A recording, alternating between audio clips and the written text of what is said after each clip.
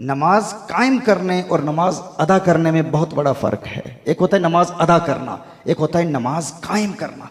अल्लाह जल्ल व अला ने कुरान करीम में जहाँ भी मोमिनीन के हवाले से नमाज का जिक्र किया तो युकीमुनस्सलाता, मुकीम फरमाया, युकीमुनस्सलाता फरमाया, वो नमाज कायम करते हैं।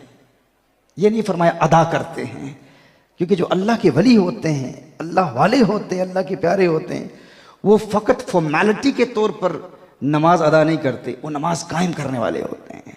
और जो नमाज कायम करने का प्रैक्टिकल मेथड सीख ले, अमली तरीका सीख ले, उसकी नमाज न सिर्फ उसे गुनाहों से बचाती है बल्कि उसकी नमाज उसे उसके दुश्मनों के हमलों से भी बचाती है।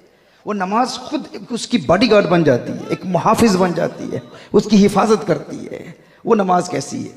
ये दो चीज़ों का मजमुआ है। आज जुमा की नमाज हम इंशाअल्लाह इसी तरह ही कायम करेंगे।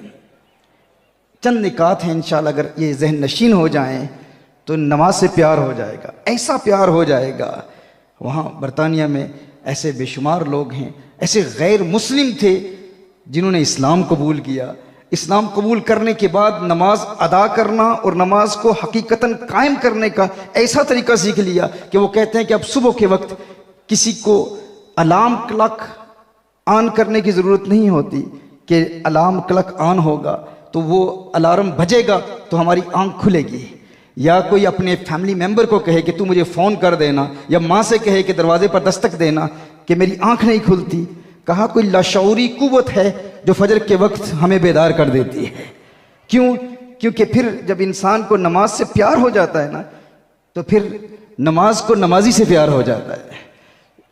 एक तो होता है इंसान नमाज मिस करे, एक वक्त आता है कि नमाज नमाजी को मिस करती है, आ बेदार हो और मुझे अदा कर, मुझे कायम कर। तो उस नमाज को कायम करने का तरीका क्या है? पहले नमाज का जिस्म है। नमाज का जिस्म क्या है कि नमाज के अहकाम किसी आलिम से, कारी साहब से बाकायदा सीखे जाएं। बुनियादी अहकाम, बेसिक बुनियादी मखारिज सीख लिए जाएं कुरान करीम की आयात की जो हम नमाज में पढ़ते हैं। उसका फ़ायदा क्या होगा कि नमाज का जिस्म कायम होगा। मिसाल के तौर पर, आम तौर पर किसी से कहते हैं हम, आपका क्या हाल है? वो कहते हैं अल्हम्दुलिल्लाह, मैं तो ठीक हूँ। अब अल्हम्दुलिल्लाह का मतलब क्या है? अल्हम्दुलिल्लाह का एक लुग़वी, एक लिंग्विस्टिक माना मौत है। हम कहना ये चाह रहे हैं तमाम तारीफ़ें अल्लाह के लिए हैं, और अलियाज़ु बिल्लाह अल्हम्दुलिल्लाह कह के हमने ये कह दिया कि मौत अल्लाह के लिए है। अल्हम्दुलिल्लाह और अल्हम्दुलिल्लाह में ज़मीन और आसमान का फ़र्क है। अल्हम्दुलिल्लाह का माना है तमाम तारीफ़ें अल्लाह के लिए हैं, और अल्हम्दुलिल्लाह का माना है एक माना मौत अल्लाह के लिए। तो जो शख्स नमाज में अल्हम्दुलिल्लाह रब्बिल आलमीन पढ़ रहा है, उसकी नमाज का तो जिस्म भी नहीं है, चाहे जाए कि नमाज की रूह मौजूद हो। ये मैंने एक मिसाल पेश की है।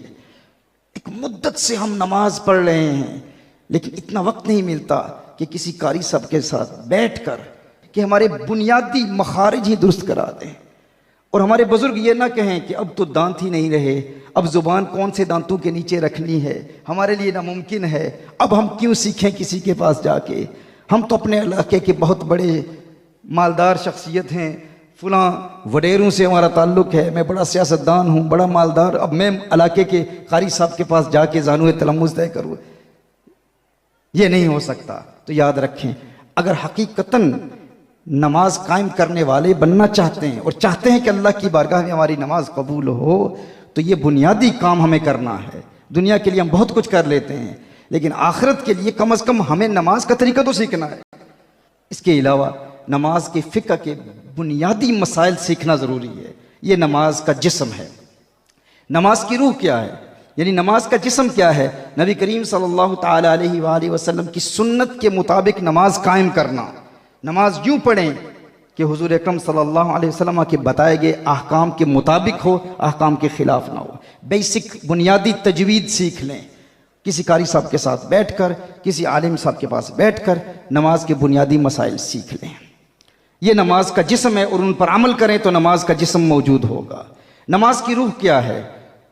नमाज की रूह ये है कि इब्तिदा से लेकर इंतहा तक, शुरू से लेकर आखिर तक मुकम्मल यकसुई के साथ, मुकम्मल इन्हिमा के कल्ब के साथ मुकम्मल तवज्जो के साथ नमाज अदा की जाए, नमाज कायम की जाए। यानी दुनिया के ख्यालात से अपने जहन को पाक करके नमाज पढ़ेंगे तो वो नमाज की रूह है। इन दोनों के मजमूए के साथ जो शख्स नमाज कायम करता है वो नमाज उसे गुनाहों से बचा लेती है।